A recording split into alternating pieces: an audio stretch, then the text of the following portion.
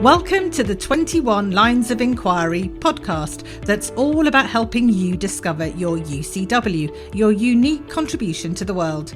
Join us as we delve into the 21 questions that will help you be more intentional about bringing your gifts into your career and your life overall.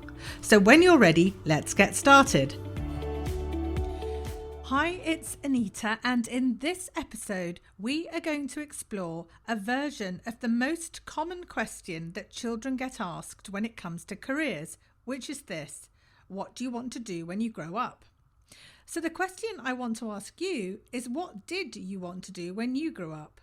Now, I'm sure there may well be some people who are today doing what they said they wanted to age 7, but not many. It's very common simply to fall into something at the beginning of a career, and there's nothing wrong with that. But I think the way that you answer this question when you're young, even if you do end up doing something completely different as an adult, can indeed give some important clues as to your UCW if you probe a little closer. And there are different ages that you can look back on here, and my invitation is to look at 3 stages in your own early life. So stage 1 around 6 or 7, stage 2 around 13 or 14, and then stage 3 around 17 or 18. And you can either remember how you did answer the question, or now looking back, given what you were like then and what you were most interested in, how do you think you would have answered it? So to bring this to life a little bit from my own story, at stage 1. So at stage 1, if you'd have asked me this question age 7 or 8, I know what I would have replied because I remember actually saying this. I would have said I want to be an astronomer. Now, I was absolutely fascinated by outer space. I was too scared to actually want to go there, so astronaut was out, but I would spend hours looking at the night sky, just wondering about what was out there.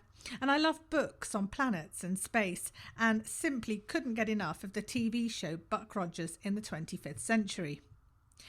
I think the clue that this gives me is that a real driver for me has always been to make sense of the universe, to comprehend things in order to understand how they all relate to each other. And this links to the curiosity trait that I mentioned in an earlier episode. So then fast forward to stage 2, around the age of 13 or 14. So I can't remember giving an actual answer to this question to anyone at this age. But if I think now about how I might have answered the question at that age, it probably would have been this: a genetic scientist. I remember around this time we just learnt about genetics in biology.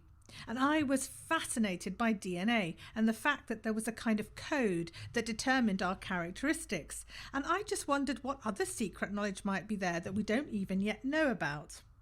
So again, this wonder about the world and a thirst for knowledge and understanding about everything in it was showing up again in how I answered the question, or would have answered it at this age.